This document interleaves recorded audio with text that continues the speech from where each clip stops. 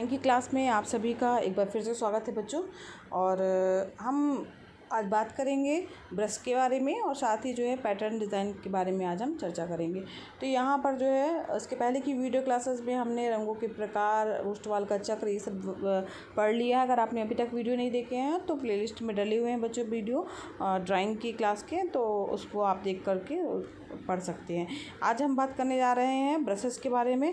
तो चित्रकला में बच्चों या ड्राइंग में ब्रश का बहुत ही महत्व होता है। ब्रश के द्वारा ही जो है हम कलर करते हैं, और ब्रश अगर अच्छा है आपका तो चित्र जो है वो एकदम सजीव प्रतीत होता है, बहुत अच्छे से बनता है।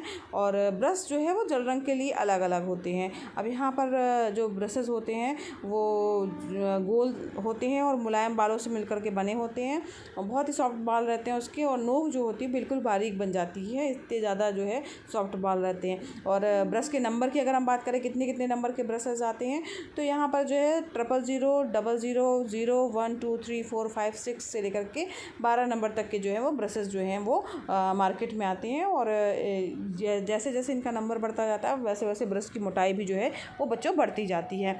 और इस प्रकार से जो है ये ब्रशेस होते हैं, और ये जो है आपको ड्राइंग में जो है सहायक होते हैं, और जिसके कारण हम अच्छा जो है वो पेंट कर सकते हैं। तो ब्रशेस भी बहुत महत्व रखते हैं कि आपको सही जगह पर जो है वो सही ब्रश का उपयोग करना चाहिए। अब हम बात करते हैं जो पैटर्न डिज़ाइन या सजावटी आलेखन के बारे में। तो यहाँ पर देखिए बहुत सारे जो हैं वो पैटर्न डिज़ाइन होते हैं।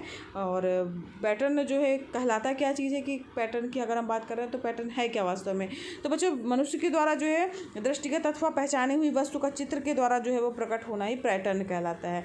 अब यहाँ पर जिन डिज़ाइन के निर्माण में इकाइयों की पुनरावृत्ति न करके विभिन्न अलग अलग ज्यामितीय आकारों के विभिन्न स्थान जो है वो विभाजन के साथ रख करके जिनको सजाया जाता है उन्हें सजावटी आलेखन कहा जाता है या पैटर्न डिज़ाइन कहा जाता है। ठीक है, अब ये अगर हम बात करें प्रयोग के आधार पर तो ये 6 प्रकार के होते हैं। जैसे बॉर्डर डिज़ाइन हो गया, ठीक है, सेंट्रल डिज़ाइन हो गया, कॉर्नर डिज़ाइन हो गया, ऑल ओवर डिज़ाइन हो गया, स्पेसिंग और पैनल डिज़ाइनिंग हो गया। तो इस तरीके से, और एक आपका डिज़ाइनिंग और है जो है वो आपका पोस्टर डिज़ाइनिंग है। तो यहाँ पर जो है सबसे पहले हम लेके चल रहे हैं किनारी के आलेखन के बारे में या बॉर्डर डिज़ाइन। तो यहाँ पर ये जो आलेखन बनाया जाता है वो किसी भी धरातल के किनारे को सजाने के लिए जो है वो बनाया जाता है, और ऐसे जो किनारे किनारे बनाया जाता है उन्हें क्या कहा जाता है, किनारी आलेखन कहा जाता है। अगर बात करें केंद्रीय आलेखन की या सेंट्रल डिज़ाइन की, तो इसका मतलब है सेंट्रल से तात्पर्य हुआ कि केंद्र में सजाया जाएगा। यानी कोई भी जैसे मान लीजिए कोई धरातल है तो उसका केंद्र जो है अगर हम सजाते हैं तो उसको क्या कहा जाता है, जो केंद्र में डिज़ाइन बनाई जाती है उसी को क्या कहा जाता है, केंद्रीय आलेखन कहा जाता है। अब यहाँ पर बात करते हैं कॉर्नर डिज़ाइन की। तो कोने के आलेखन, कोने यानी जैसे मान लीजिए अब आपने एक चौकोर जो धरातल है, ठीक है, तो उसमें आपने केंद्र की बात जान ली, किनारी जान ली, बॉर्डर बना लिया उसका। अब जो कोने हैं, ठीक है, तो उन कोनों में अगर जो डिज़ाइन बनाई जाती है कोने को सजाने के लिए वो जो है डिज़ाइन कॉर्नर डिज़ाइन कहलाती है, कोने के आलेखन कहलाते हैं। अब बात करते हैं धरातलीय आलेखन की। तो ऑल ओवर डिज़ाइन यानी कि वे आलेखन जिनके द्वारा संपूर्ण धरातल को जो है वो सजाया जा सकता है, तो धरातलीय आलेखन जो है ऐसे आलेखन कहलाते हैं। स्पेसिंग और पैनल डिज़ाइन किसे कहा जाएगा, तो पूरे धरातल में बच्चों एक ही इकाई के द्वारा एक ऐसा आलेखन तैयार किया जाता है जो किसी विशेष प्रयोजन के लिए उपयुक्त होता है। तो ऐसे डिज़ाइन को या ऐसे आलेखन को स्पेसिंग या पैनल आलेखन कहा जाता है। अब इस प्रकार के आलेखन में इकाई या इकाइयों के भागों से पूर्ण स्थान को जो है वो क्या करना होता है, कंप्लीट करना होता है। और ये आलेखन वर्गाकार भी हो सकते हैं, आयताकार, त्रिभुजाकार जो है इसमें से कोई से भी हो सकते हैं। जैसे बात करें पुस्तक की, अभ्यास पुस्तिकाएं हो गई, दरवाजे के पर्दे हो गए आदि के आलेखन जो है उसके अंतर्गत आते हैं। अब बात करते हैं पोस्टर डिज़ाइन की या विज्ञापन वाले जो आलेखन कैसे होते हैं। तो किसी भी वस्तु, स्थान या भाव को इस प्रकार से चित्रित किया जाता है कि वह दूर से ही हमारी दृष्टि को जो है वो आकर्षित कर ले, हमारा ध्यान जो है उस ओर जाए। ठीक है, तो इस प्रकार के आलेखन में जो बारीकियां होती हैं उस पर ध्यान नहीं दिया जाता है, केवल उन्हीं अंशों का चित्रण किया जाता है जो सबसे मुख्य होते हैं, जिनको दूर से ही देख करके हम उसके भावों को पहचान ले कि ये चित्र जो है या किसका प्रचार किया जाता है इस पोस्टर में, या किसके बारे में बात की जा रही है। और इसमें चित्रों के साथ साथ जो है अक्षरों का भी समावेश होता है, उसमें उसके बारे में लिखा भी कुछ न कुछ रहता है। तो इस प्रकार के चित्रण को क्या कहा जाता है, विज्ञापन आलेखन कहा जाता है या पोस्टर डिज़ाइन कहा जाता है। लोग उसके लिए जो बहुत सारे आप लोगों ने देखा होगा बैनर वगैरह जो है वो रास्ते में लगे रहते हैं, वो सारे जो है वो पोस्टर डिज़ाइन या विज्ञापन आलेखन जो है वो कहलाते हैं। ठीक है। तो इस प्रकार से आपने समझ लिया आलेखन के बारे में। तो अब हम बात करते हैं कि जब हम कोई भी चीज़ ड्राइंग करते हैं बच्चों, तो उस समय हमें किन बातों का ध्यान रखना चाहिए। तो किन किन बातों का हम ध्यान रख सकते हैं जब हम ड्राइंग बना रहे हैं। तो यहाँ पर देखिए, सबसे पहले तो आपको कभी भी पेंसिल को दबा करके नहीं चलाना है। दूसरा पॉइंट आपको ध्यान रखना है कि आपकी जो रबड़ यूज़ कर रहे हैं वो साफ़ सुथरी होनी चाहिए। काली अगर हो गई है तो कपड़े से या किसी लकड़ी पर घिस करके उसको साफ़ करना है। कुल मिला के आपको रबड़ को साफ़ सुथरी रबड़ का ही उपयोग करना है, ठीक है। और जो ब्रश जो रहता है उसको पानी में नहीं पड़े रहने देना है। अगर ऐसा करेंगे हम तो फिर उसकी नोक जो है वो ख़राब हो सकती है।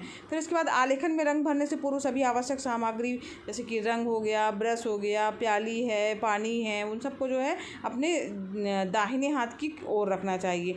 ऐसा ना हो कि हम बाएं की तरफ रखें और वहाँ से लेकर के जब तक पेज में रंग ला रहे हैं तो कुछ गिर जाए तो या सावधानी हो जाए। तो उसको ध्यान रखते हुए किस तरफ रखना है, आपको दाहिने हाथ की ओर ही रखना चाहिए, ठीक है। इस चीज़ का विशेष ध्यान दीजिएगा बच्चों। और रंग भरने का कार्य भी बहुत ही सावधानी तथा शांतिपूर्वक करना चाहिए। फिर नेक्स्ट पॉइंट क्या आपको ध्यान रखना है कि रंग भरते समय जो है पहले अपने हाथों और ब्रशों को जो ब्रश हैं उसको अच्छी तरीके से जो है वो पानी से साफ़ कर लेना चाहिए। फिर इसके बाद जो है रंग अगर आप भरना चालू कर रहे हैं तो हाथ के नीचे एक सफ़ेद कागज़ रखें जिससे कि हाथ के कारण जो है वो चित्र आपका जो है वो गंदा ना होने पाए। फिर इसके बाद अगला चीज़ हमें क्या ध्यान रखना है कि जो चित्र भरने से पहले ब्रश को पानी से धो करके हवा में सुखा भी लेना चाहिए, ताकि जो है रंग जो है वो सभी जगह एक सा भरा रह जाए। ऐसा ना हो कि उसमें पानी एक तरफ रहे और जहाँ हमने रंग डुबोया तो खाली रंग ना रह जाए, ठीक है। तो इसको जो है पानी को धोने के बाद जो उसको हवा में सुखाना है आपको थोड़ा सा, ताकि उसका पानी हट जाए और उसके बाद फिर आपको कलर लेना है। फिर इसके बाद बच्चों ध्यान देना है सबसे इम्पोर्टेंट बात कि हल्के रंग जो हैं आपके उसको पहले आप कलर कर लीजिए, इसके बाद लास्ट में जो है वो गहरे रंग जो है वो उसको बाद में भरना चाहिए। तो इस चीज़ को ध्यान रखिएगा। चित्र भरते समय जहाँ भी हल्के रंगों का प्रयोग करना वहाँ पहले कर लीजिए, इसके बाद फिर गहरे रंग जो है वो आपको बाद में भरना चाहिए, ठीक है।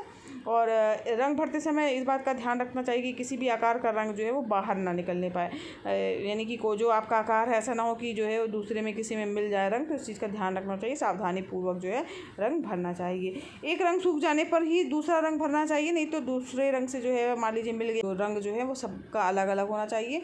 और एक रंग सूख जाए तभी दूसरा रंग आपको भरना चाहिए, नहीं तो एक रंग जो है गीला है और उसी में दूसरा भरने लगे तो उससे जो है रंग के मिक्स होने की संभावना ज़्यादा हो जाती है। तो इस चीज़ का ध्यान रखना चाहिए बच्चों। और जब भी मान लीजिए आपने रंग लिया और उसको आपको आलेखन में भरना है तो उसके पहले एक कागज़ में आप लगा करके देख लीजिए कि जो रंग आप भरना चाहते हैं ये वही रंग बन के आ रहा है कि नहीं हो रहा है। तो उससे संतुष्ट होने पर ही जो है उसके बाद ही आपको आलेखन में रंग भरना चाहिए, ठीक है। अब यहाँ पर रंग भरते समय जो है आपको जो ब्रशेस भी उपयोग करने वो भी ध्यान देना है।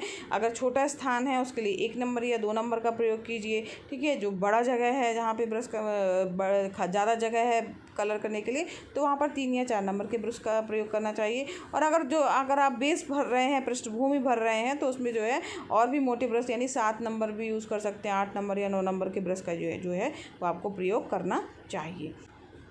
तो यहाँ पर अगला पॉइंट है बच्चों आपका कि आलेखन की जो बाहरी रेखाएं हैं उनको जितना बारीक, लयबद्ध और गतिशील बनाया जाएगा, जो बाहरी रेखाएं यानी आउटलाइन जो है उसको जितना आप लयबद्ध बनाएंगे, गतिशील बनाएंगे, उतना ही वो आलेखन आपका सुंदर लगेगा। तो जो बाहरी रेखाएं हैं उसको बनाने के लिए आप जो है 0 नंबर या 1 नंबर ब्रश का जो है वो प्रयोग कर सकते हैं। तो इन सब बातों को ध्यान रखते हुए जब आप आलेखन बनाएंगे जो बताए गए ब्रश हैं बच्चों उसी के अनुसार ब्रश का प्रयोग करेंगे और सावधानियों को ध्यान रखेंगे तो आपका आलेखन वास्तव में बहुत ही सुंदर सा बन करके आएगा।